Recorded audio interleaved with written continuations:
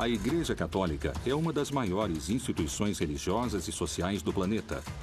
Por causa da sua estrutura hierárquica, da organização do trabalho, da administração do patrimônio e das suas atividades lucrativas, muitos a consideram como uma das empresas internacionais mais importantes. La Chiesa oggi si muove come una merchant bank.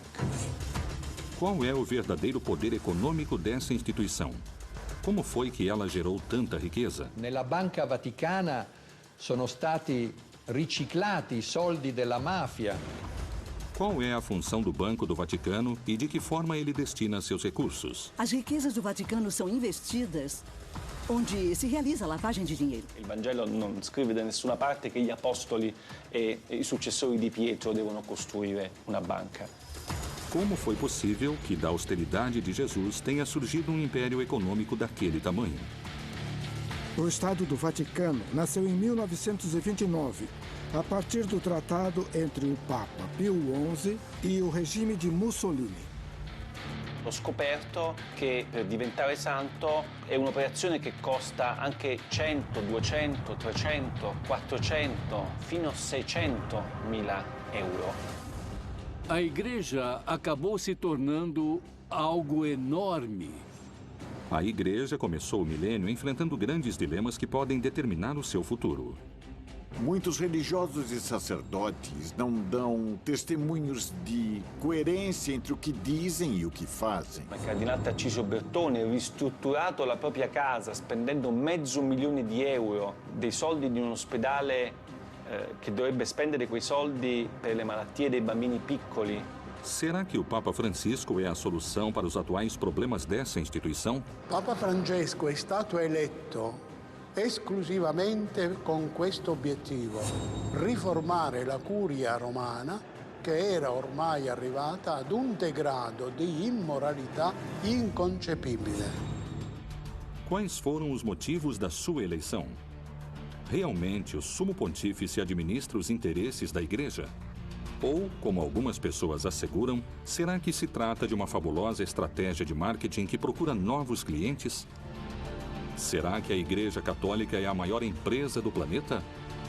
Ou será que ela é só uma enorme religião que move a fé de milhões de seguidores?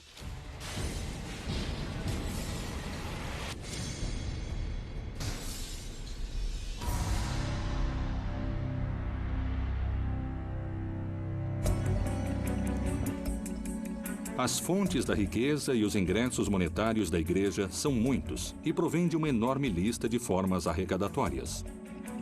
Esmolas, dízimos, primícias, pagamentos da administração dos sacramentos, batismos, casamentos, crismas, extrema-unção, heranças de particulares, aluguéis, investimentos e muitas coisas mais. Diferentes vozes críticas asseguram que a Igreja acumula em ouro o maior tesouro do mundo. Il Vaticano ha una ricchezza che vale oggi intorno ai 15 miliardi di euro, che sono più di 16-17 miliardi di dollari americani. Ed è una ricchezza che viene divisa in una parte finanziaria e una ricchezza immobiliare. Il patrimonio immobiliare a Roma vale più di 4 miliardi di euro. Mas como e de que forma nasce essa instituição e sua riqueza? O papado que existe a partir do começo do cristianismo, do século I, e, acima de tudo, aquele que existe a partir do século VI, vai ter cada vez mais riquezas ao longo da vida medieval. Por isso, nos séculos XIV e XV, acredita-se que 1/3 ou 1/4 de todas as terras europeias pertenciam ao papado. O Papa que está em Roma tem mais territórios do que qualquer rei ou governante da Europa nos séculos XIV e XV. Que motivo a Igreja usa para defender e conservar os tesouros artísticos e culturais de valor incalculável que ela possui? A Igreja tem a responsabilidade de cuidar do patrimônio artístico e o patrimônio humano, porque eles são nossas raízes. São um tesouro que ninguém pode tirar de nós. Seria uma pena se fossem perdidos por descuido. A Igreja tem o trabalho de preservar o patrimônio artístico e cultural. E muitas vezes ela não tem recursos para fazer isto. E é uma pena que nem sempre possam cuidar dessas obras de arte como elas merecem. Le carte dimostrano che il Vaticano ha proprietà immobiliari importanti anche in Inghilterra, a Londra per la precisione, a Bond Street, una delle vie più eleganti e quasi tutta del Vaticano. Il negozio dove c'è Bulgari è di proprietà del Vaticano. Como foi que a mensagem de unidade e de austeridade do Criador, a base da religião católica, foi se transformando em uma igreja com grandes quantidades de dinheiro e que muitos consideram ostentação? Uma das perguntas é até que ponto as igrejas católicas usaram o conceito de humildade determinado por Jesus. Um homem chamado Nietzsche, no seu livro intitulado O Anticristo, fala o seguinte: em toda a história da humanidade só houve um cristão, Cristo. Isso quer dizer que, se você está falando em humildade, essa mensagem não tinha sido levada em consideração. La Chiesa, per essere più umile, deve essere più povera. Anzi, deve essere povera. Deve avere uno spirito povero. Della prima beatitudine, beati i poveri in spirito. Perché deve riconoscere e vivere che tutto quello che la Chiesa possiede è un patrimonium pauperum e deve essere messo a servizio dei poveri. Desde a Roma Antiga, começou a formação de uma instituição que não deixaria de somar poder religioso, político e principalmente econômico. Qual foi o plano financeiro e monetário que a Igreja desenhou para incrementar suas riquezas? Principalmente no século XV e no começo do século XVI, a Igreja permitia o perdão dos pecados se o sujeito fizesse uma doação importante para a Igreja. O sujeito que doava suas terras para a Igreja, do meu ponto de vista, fazia isso apenas por um motivo. Esse sujeito acreditava cegamente que isso lhe daria acesso ao paraíso, menos tempo no purgatório e o perdão dos seus pecados. Le vecchie signore che lasciavano in eredità tutto alla Chiesa, come diceva una mia cugina, tutto ai preti. Se fai del bene alla Chiesa nell'aldilà, ti ritrovi premiato nell'aldilà. E questo è stato una delle fonti della crescita del patrimonio degli ecclesiastici. A Igreja vai investir seu dinheiro em todo tipo de empresas e por isso constantemente vai chegar dinheiro nos bolsos de Roma. E por isso se considera que no século XX e também no XXI, o papado tem muito dinheiro. E aquilo deu origem a todo tipo de teorias, mais conspiratórias ou menos conspiratórias.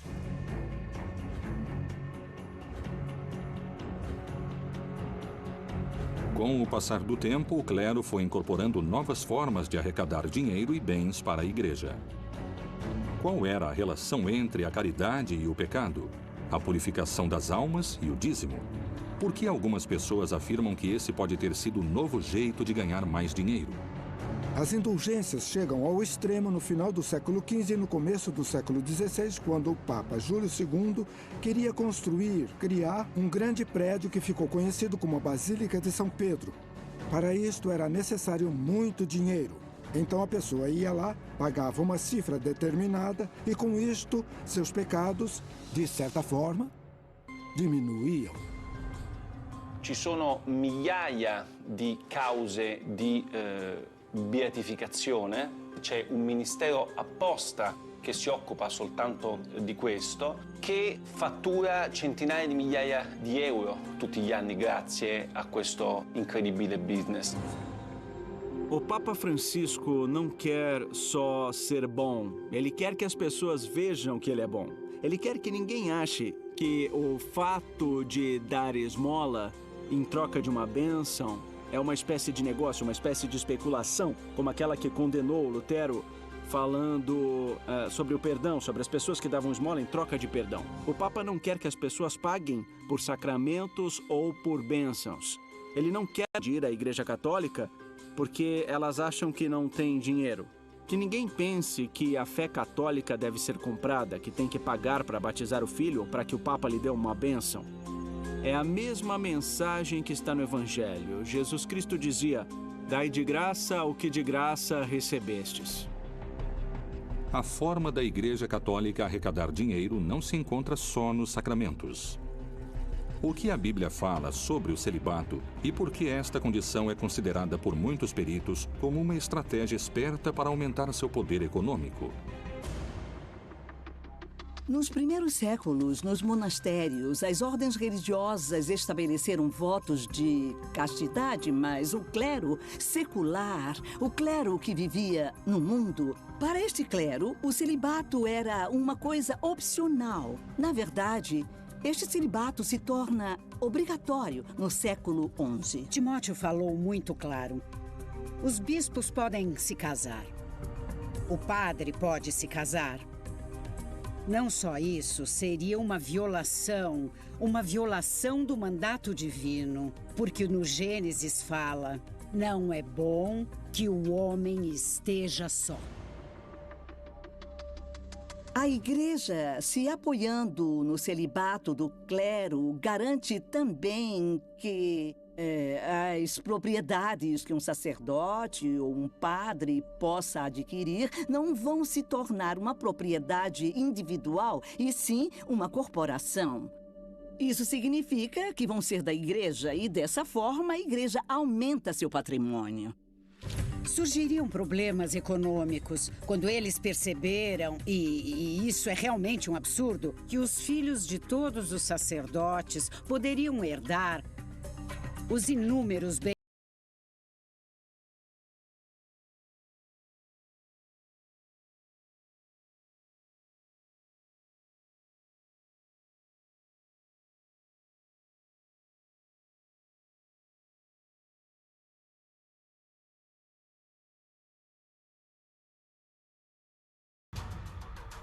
Dia 11 de fevereiro de 1929, se assinou o Tratado de Latrão.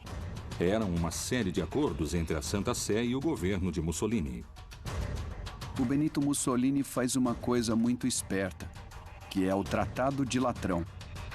Isso se trata simplesmente de resolver uma velha briga que existia na Itália desde o começo da unificação italiana de 1870, a partir de quando o Estado Vaticano fica dentro do Estado italiano. Concretamente, quais foram os benefícios que a Igreja teve com esses acordos assinados com Mussolini? Deixaram que a Igreja criasse um Estado autônomo, um país separado do Estado italiano, que se tornou o Estado do Vaticano. Houve um ressarcimento econômico muito importante durante o ano de 1870 até o ano de 1929, por estar submetido ao governo italiano. E, em troca disso, a Igreja deu a Mussolini o apoio político. A Igreja não podia opinar na política. E o Mussolini poderia escolher quem seria o bispo de cada uma das regiões da Itália e, claro, de Roma também. A partir desses acordos começa a etapa moderna dos Estados Pontifícios. Diversas práticas e situações teriam ajudado a aumentar a fortuna ano após ano, século após século. Não se trata só dos bens materiais, como ouro, propriedades e investimentos no mundo todo. Mas também, ele está se tornando um enorme valor cultural. De alguma forma, os bolsos do Vaticano ficaram se enchendo até que o próprio Vaticano se tornou a instituição multimilionária que é atualmente. È impossibile valutare il patrimonio di tutta la Chiesa cattolica. È praticamente impossibile. Sicuramente parliamo di miliardi e miliardi di dollari. È impossibile saperlo perché nemmeno il Vaticano lo sa. O dinheiro arrecadado pela Igreja ao redor do mundo se concentra no mesmo lugar. Por que o Papa Pio XII criou um instituto para as obras da religião, mundialmente conhecido como o Banco do Vaticano? Quanto dinheiro e quanto ouro administra e a que negócio se dedica?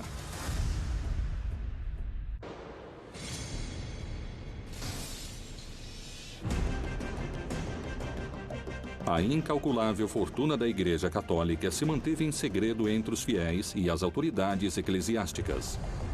O que é exatamente o Banco do Vaticano e o que ele faz além de arrecadar? O Banco do Vaticano é uma instituição que foi criada para que as ordens religiosas, as instituições católicas, não tivessem seu patrimônio em poder de outros bancos que poderiam usar esse patrimônio para investimentos não éticos, talvez investimentos em armas ou na indústria farmacêutica especulativa, e também para facilitar as transações econômicas nos países em que a Igreja era perseguida. Non solo, il Vaticano ha moltissimi soldi che vengono fatti da donazioni, tipo l'obolo di San Pietro, o attraverso i guadagni che sono fatti dalla sua banca, i guadagni finanziari come lo IOR. Anche in questo caso questi soldi vengono gestiti in maniera secondo me piuttosto discutibile. L'obolo di San Pietro, per esempio, è una donazione che i fedeli di tutto il mondo fanno direttamente al Papa. Que benefícios econômicos teve a Igreja Católica com o Banco do Vaticano como ferramenta de investimento e arrecadação? As riquezas do Vaticano também são investidas em empresas onde, por meio de estudos das redes bancárias, podemos ver que si realizza lavagem di dinheiro. Nella Banca Vaticana sono stati riciclati i soldi della mafia, come ha dimostrato il Tribunale di Roma.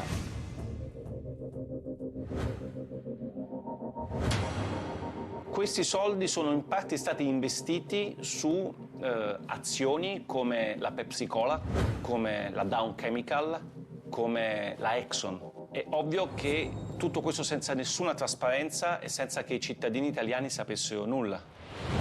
Attraverso i canali della Banca Vaticana sono passati soldi per tangenti di corruzione ai partiti politici italiani di governo negli anni 80-90. Questi soldi, anche i guadagni, non vengono quasi mai dati ai poveri, ma servono, e questo non lo dico io, ma lo dice un lavoro della Commissione europea, servono per le necessità dei dicasteri romani e dei cardinali. Faz muito tempo, muitas pessoas, entre especialistas e grandes teólogos, se fazem a mesma pergunta. Como é possível que a Igreja acumule tantas riquezas, sendo que há tantos pobres no mundo? Como historiador da Idade Média, eu visito muitas igrejas. E algo que temos que enxergar é a riqueza da Igreja ao longo dos séculos, diante da pobreza imensurável de muitos. E essas pessoas pobres, e não é à toa, já se rebelaram várias vezes contra a Igreja. Quero acreditar que o Papa Francisco realmente vai mudar algo. La Conferenza Episcopale Italiana, che è la più importante del mondo, riceve direttamente dagli italiani quasi 1 miliardo di euro l'anno, che secondo le pubblicità che i vescovi fanno in televisione servirebbero ai poveri, agli ultimi, ai paesi del terzo mondo. L'80% di questi soldi non va ai poveri. Seria possível terminar definitivamente com a pobreza se o Vaticano se desprendesse de toda essa riqueza que possui ao redor do mundo? Vender as propriedades da Igreja para acabar com a pobreza do mundo seria útil, mas serviria só para disfarçar o problema, não é? Eu acho que o que o Francisco está fazendo é mudar a cultura. Isso significa fazer com que a situação, o ritmo de vida daqueles que têm mais poder no Vaticano seja mais discreto, mais exemplar.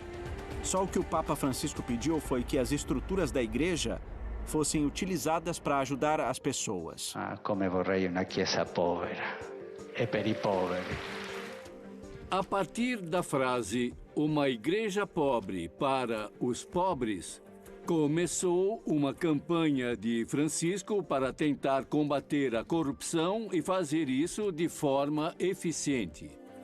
Secondo qualcuno che pensa che il Vangelo debba essere una sorta di guida, no? del Vaticano, e il Vangelo non scrive da nessuna parte che gli apostoli e i successori di Pietro devono costruire una banca.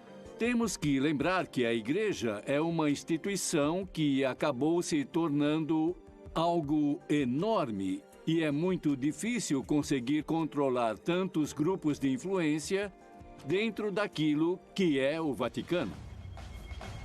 Para alguns críticos e peritos nesse assunto, a Igreja Católica funciona de forma parecida com as empresas multinacionais. La Chiesa oggi si muove come una merchant bank. L'Istituto per le opere di religione è la banca del Vaticano e controlla ancora oggi tutto il patrimonio finanziario della Santa Sede. Il problema è che lo IOR nel corso dei decenni è finito in tantissimi scandali, perché all'interno dello IOR hanno riciclato denaro i mafiosi, hanno riciclato denaro politici, imprenditori, tutte persone che non avevano alcun diritto, secondo le leggi del Vaticano, di avere i soldi allo IOR.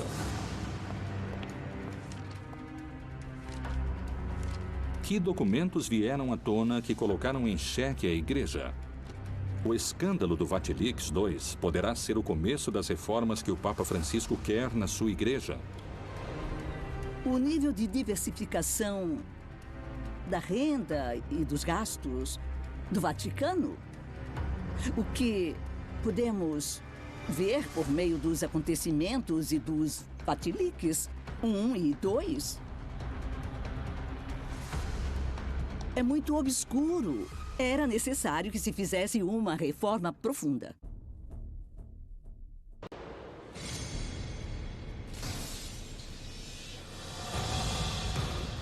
Em 2015, o Vaticano sofreu um novo e polêmico vazamento de documentos secretos. Esse acontecimento ficou conhecido como Vatilix II, em alusão a um escândalo parecido que aconteceu em 2012, quando uma parte da correspondência do Papa Bento XVI foi exposta.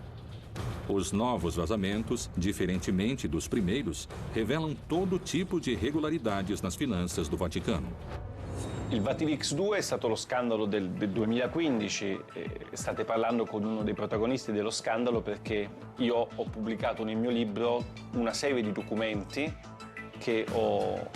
di carattere finanziario e economico che per la prima volta hanno raccontato la reale ricchezza del Vaticano e come questi soldi in Vaticano vengono gestiti, i soldi delle donazioni, i soldi che sono presenti all'APSA, gli immobili che il Vaticano controlla. Os dados do vazamento Vatilix II são muito interessantes porque são a prova da situação em que o Papa Francisco se encontrava antes da reforma. Na verdade, são um tesouro. O escândalo financeiro Vatilix II revela documentos que foram publicados em 2 livros. Num deles, o autor Emiliano Fittipaldi denuncia irregularidades de todo tipo nas finanças da Santa Sé, apresentando o Vaticano com grandes problemas econômicos. Um buraco negro no sistema de pensões, corrupção por parte da Cúria, desvio de fundos e a completa ausência de transparência nos balanços da Santa Sé.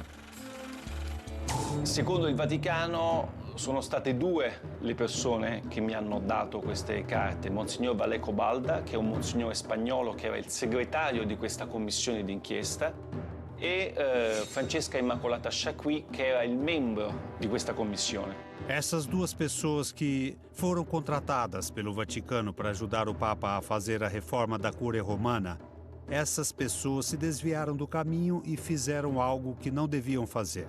Todos os documentos secretos, os dossiês que o Papa devia ler para pensar nas medidas que deveria tomar, se tornaram públicos. Queste 2 persone sono state arrestate 5 giorni prima della pubblicazione del mio libro e del libro Via Crucis di Nuzzi.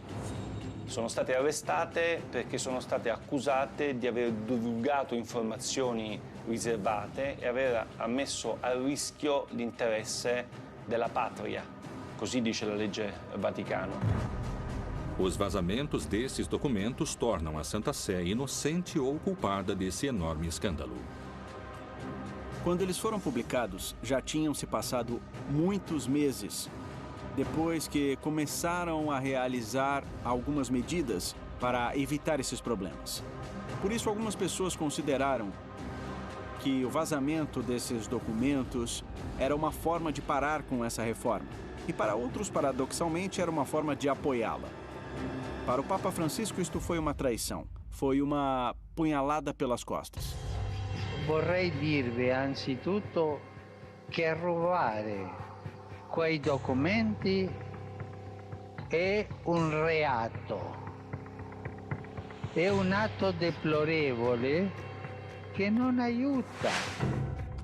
Quais são os fatos mais escandalosos que o Vatilix expôs? Cardinali di cui ho raccontato nel libro hanno, come il cardinale Tarcisio Bertone, ristrutturato la propria casa spendendo €500.000, dei soldi di un ospedale che dovrebbe spendere quei soldi per le malattie dei bambini piccoli. Invece lui ha preso, questi soldi sono stati dati al cardinale Bertone per ristrutturare la sua casa da 300 metri quadri. Il cardinale resta ancora, mentre parliamo, nell'attico, a godersi un attico bellissimo con un sistema Bose da €30.000 e con i marmi di Carrara nei bagni, mentre Valleco Balda, che ha soltanto dato queste informazioni, è in galera. Mi sembra, molto contraddittorio come tipo di azione da parte del Vaticano. Durante todo esse processo, aquilo que veio à tona foi que tudo isto era uma história de uma superficialidade quase insultante. Será que as revelações dos documentos vazados ajudaram a Igreja Católica na sua tentativa de demonstrar transparência? Ou isto foi um golpe para a fé que faria a Igreja perder fiéis ao redor do mundo? Rapidamente, os vazamentos enfraquecem o papado. Isto é, se nós tornarmos públicos os pecados de alguns sacerdotes, vamos estragar o prestígio dessa instituição tão valiosa que é a Igreja Católica. E vamos enfraquecer a fé, que é muito importante e valiosa para nossos crentes. É mais conveniente para a Igreja Católica salvar o prestígio dela, e é mais vantajoso esconder essas coisas do que revelar tudo. Io non credo che il Vatilix sia stato un male necessario per una riforma del Vaticano, semplicemente perché io penso che il Vatilix non sia stato un male. Perché io penso che qualsiasi istituzione, soprattutto un'istituzione morale e religiosa come la Chiesa Cattolica, abbia solo che da beneficiare di una assoluta trasparenza. Non ci devono essere segreti. Esse tipo de vazamento sair à tona, por um lado, é inevitável nesse mundo das comunicações, onde nada pode se manter em segredo. Uma hora iam sair à tona. A curto prazo, isso pode desestabilizar a instituição, mas a longo prazo pode beneficiá-la. Qual foi a reação e quais foram as medidas que o Papa Francisco tomou quando os alicerces da sua instituição foram sacudidos pelo vazamento desses documentos secretos? A reforma que o Papa Francisco realizou para ter transparência nas contas do Vaticano, para fazer com que nenhum delinquente pudesse se aproveitar das instituições do Vaticano, para mim é irreversível. Voglio assicurarvi che questo triste fatto non mi distoglie certamente dal lavoro di riforma che stiamo portando avanti con i miei collaboratori e con il sostegno di tutti voi. Então, chegou o Papa Francisco e disse uma coisa importante, que a reestruturação da Santa Sé não deveria ser um trabalho da Cúria, e sim de órgãos externos que são os responsáveis por propor as mudanças que poderiam ser feitas. Eu acho que não tem jeito de deter essa reforma. Atualmente, o Vatilix II é uma das preocupações mais importantes da Cúria Católica. É um escândalo que ainda pode ter mais informação esperando para vir à tona. L'impatto di Vatilix sulla stampa mondiale ovviamente è stato devastante. Mai prima erano usciti documenti riservati così importanti, soprattutto che riguardavano aspetti contemporanei della Chiesa. Io penso che la Chiesa debba smettere di lavare i panni sporchi dietro le mura leonine. Será que esses casos de corrupção podem afastar os fiéis da religião? Essas revelações seriam motivos suficientes para perder poder dentro do vasto universo da fé? Hoje, um grande problema da Igreja Católica é que a autoridade perdeu a capacidade de criar credibilidade, de criar obediência e de criar continuidade. O que acontece é que a hierarquia católica e muitos religiosos e sacerdotes não dão testemunhos de fé e não há coerência entre o que eles dizem e o que fazem. Se a igreja quiser recuperar a credibilidade e a legitimidade, ela tem que enxergar os problemas e começar a solucionar, senão... Porque enquanto os problemas ficarem escondidos, eles vão se tornar uma panela de pressão. Os mesmos peritos que percebem a quantidade de fiéis perdidos por causa desses escândalos acusam a igreja de utilizar estratégias de marketing para recuperá-los. Até que ponto essas declarações são verdadeiras? Quais seriam as ações usadas para conseguir esses objetivos?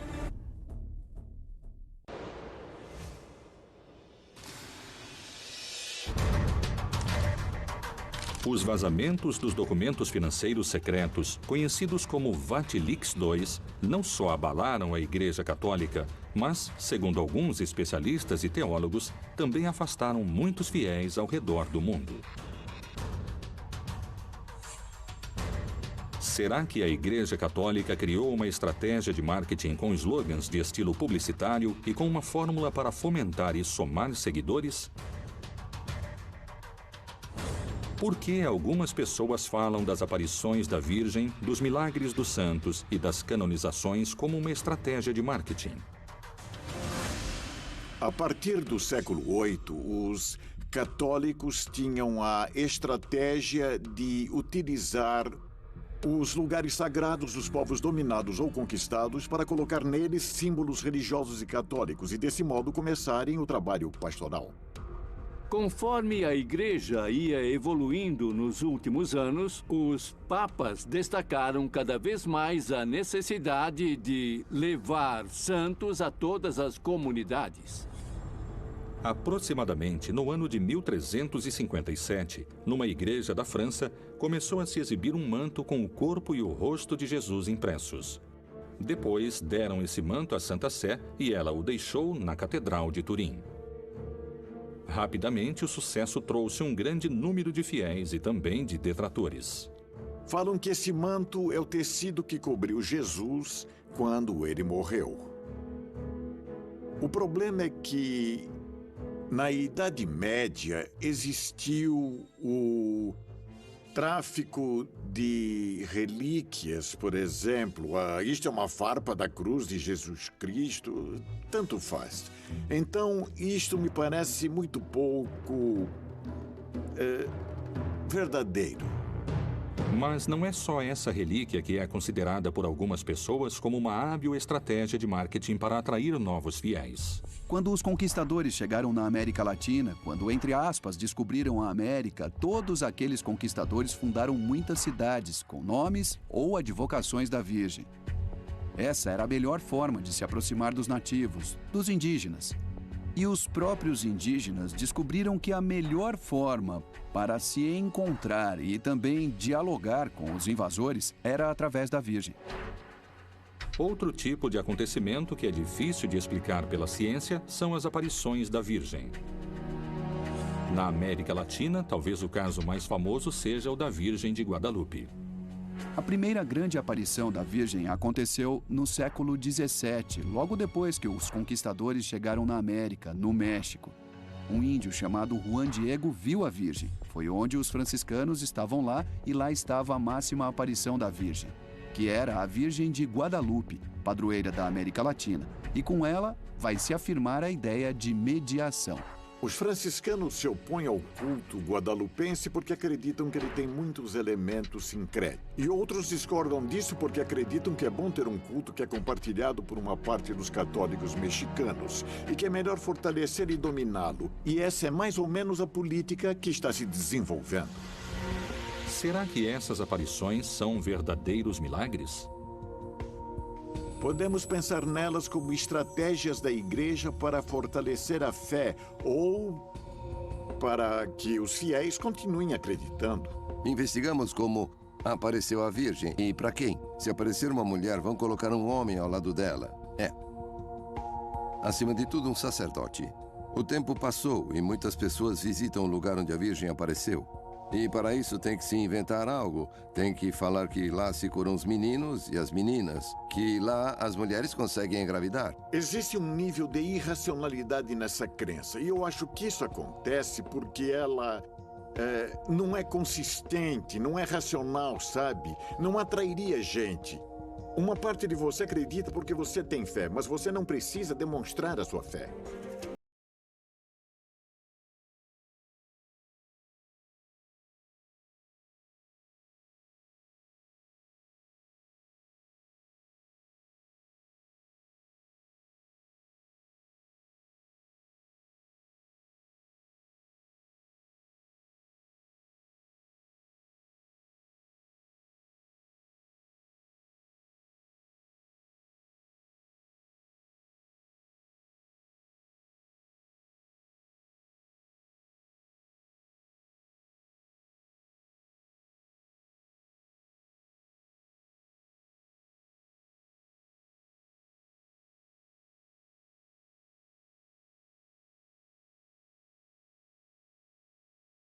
Custo econômico elevado e que isto significa um incremento elevado nos bolsos da igreja.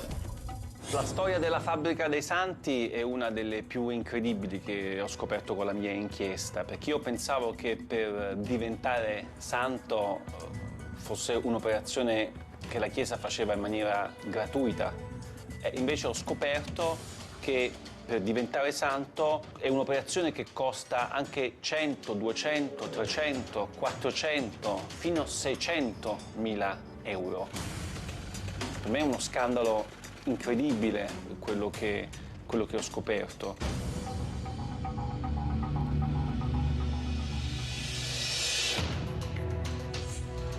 Relíquias de procedência duvidosa, visões milagrosas difíceis de comprovar e canonizações envolvidas em manobras econômicas apresentam controvérsias, dividindo fiéis e detratores. Por que os detratores asseguram que a eleição do Papa Francisco se trata da mais ambiciosa estratégia de marketing da história do Vaticano? Se realmente tiver uma estratégia de marketing envolvendo o Papa Francisco, eu gostaria de contratar esse estrategista de marketing para minha empresa, porque ele conseguiu mudar completamente a cara da igreja. Acredito que o estrategista de marketing da marca Francisco é Jorge Mário Bergoglio.